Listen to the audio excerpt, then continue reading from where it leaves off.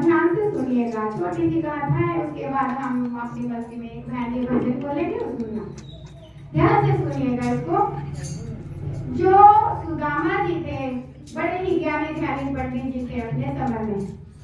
एक बार क्या हुआ, एक बुढ़िया अम्मा अपनी दिनचर्या इधर उधर से मांग करके भोजन दिनचर्या पूरी किया करती थी, लेकिन एक दिन उसे भिक्षा में केवल चने ही प्राप्त हुए। कोई बात नहीं, ये कोई जरूरी नहीं है।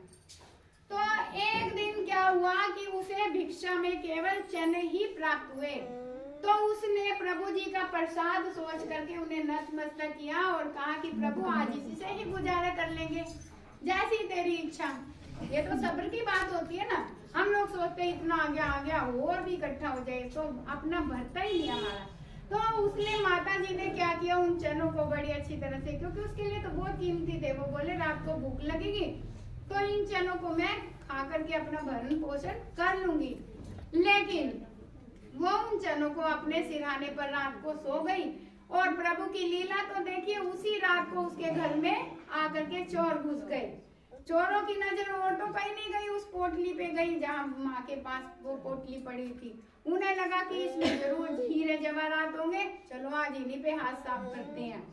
तो बुढ़िया अम्मा ने बेचारी ने ये अपना सोच करके रखा था कि मुझे रात को भूख लगेगी तो मैं इनका भोग प्रसाद ग्रहण कर लूंगी।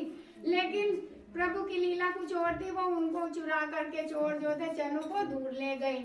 अब जब उन्होंने पोटली बड़ी उत्सुकता के साथ खोली तो उसमें क्या निकले, हीरा जवाहरात की जगह पे चने, जो उनके लिए किसी काम के नहीं थे, और इधर उस माँ के लिए बहुत कीमती थे, जिसे भूख ने व्याकुल किया हुआ था। तो माँ ने सोचा कि क्यों ना अब भूख लगी है, उन चनों को ही देखा जाए। तो जब वो माँ अपने चनों को ढूंढने लगी, अब चने तो अपने स्थान पे है नहीं थे, तो माँ कहने लगी कि कोई मेरे से भी ज्यादा ही भिखारी होगा, जिसको उनकी आवश्यकता जी चुरा करके ले गए। अब उसकी व्याकुलता बढ़ती गई, उधर चोरों को लगा कि हमारे काम के लिए, उन्होंने जो भी दरवाजा साथ में देखा उसी पर उसको पटक के वो आगे निकल गए। एक द्वार था वहां पर, उसी पे पटका, और द्वार किसका था, ठाकुर जी का, हमारे बांके बिहारी लाल का। उस पे पटक के अनजाने में किया उन्होंने ये सब, लेकिन वो द्वार था हमारे बांके बिहारी लाल जी का, जहाँ पर वो पोटली गिराई। और उधर माँ बहुत व्याकुल भूख से क्या कहने लगी कि जो भी इन चनों को चुरा करके ले गया और खाएगा, दुनिया का सबसे बड़ा भिखारी बन जाए, सबसे बड़ा भिखारी बन जाए। जाने अनजाने में माँ ने ये श्राप उनको दे दिया। अब आई सुबह 4 बजे की बारी, जब बांके बिहारी जी अपने पट को खोलते, वो सोचते कि कोई भक्त मेरे द्वारे पर भोग लगा के गया होगा ब्रह्म मुहूर्त में, उसे ग्रहण करते थे वो।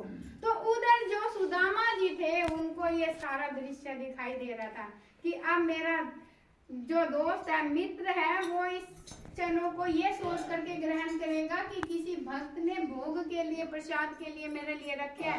लेकिन जाने अनजाने में जैसे वो उनको ग्रहण करेंगे तो वैसे ही वो दुनिया के सबसे बड़े भिखारी बन जाएंगे। उधर सुदामा ये सब दृश्य देख रहे कि इससे पहले कि मेरा दोस्त इसको पट को खोले, वहां से उन्होंने उन चनों को साफ कर दिया, उठा के ले गए सुदामा जी। एक तरफ तो मित्रता इतनी पक्की सच्ची थी कि एक दोस्त अपने दोस्त के लिए कुर्बानी देने को तैयार की, मैं दुनिया का सबसे बड़ा भिखारी बनता हूँ तो बन जाऊं, लेकिन मेरा मित्र ना बने। और एक तरफ जब सुदामा जी अपने मित्र के घर पर गए तो मित्र अपने तीनों लोक का स्वामी उसे बनाने को तैयार थे। एक मुट्ठी ग्रहण करी, दूसरी मुट्ठी कच्चे चावलों की ग्रहण करी, तीसरे में रुक्मिणी ने रोक लिया कि प्रभु तीनों लोग इसे दे दोगे तो हम कहाँ रहेंगे। तो ऐसी मित्रता आजकल देखने को बहुत कम मिलती है, अगर मिलती है तो उसे अपने से संजो के रखो। बहुत कम मिलते हैं मित्र ऐसे जो एक दूसरे पे मरते हो। तो जब सुदामा ने उस पोटली को चुराया अपने मित्र से रखने के लिए कि वो दुनिया का सबसे बड़ा भिखारी ना बन जाए, तब वो जो चने थे वो जंगल में काम आए थे। जब वो फंस गए थे, बरसात में पेड़ के नीचे थे, तो सुदामा ने अपना चना एक भी कान्हा जी को नहीं दिया था। हमें तो ये पता ना कि सुदामा जी ने चुरा के खा लिए थे और उनको नहीं दिए थे। उनके पीछे का रहस्य यही था कि यदि मैं अपने मित्र को दूंगा तो वो भिखारी भीख बन सबसे गरीब बन जाएगा, तो उन्होंने खुद गरीब बनना पसंद किया, लेकिन अपने कृष्णा को एक भी चना उसमें से नहीं दिया। बोलो मित्रों भगवान की, बोलो बांके बिहारी लाल की, श्री राधे सरकार की। कह देना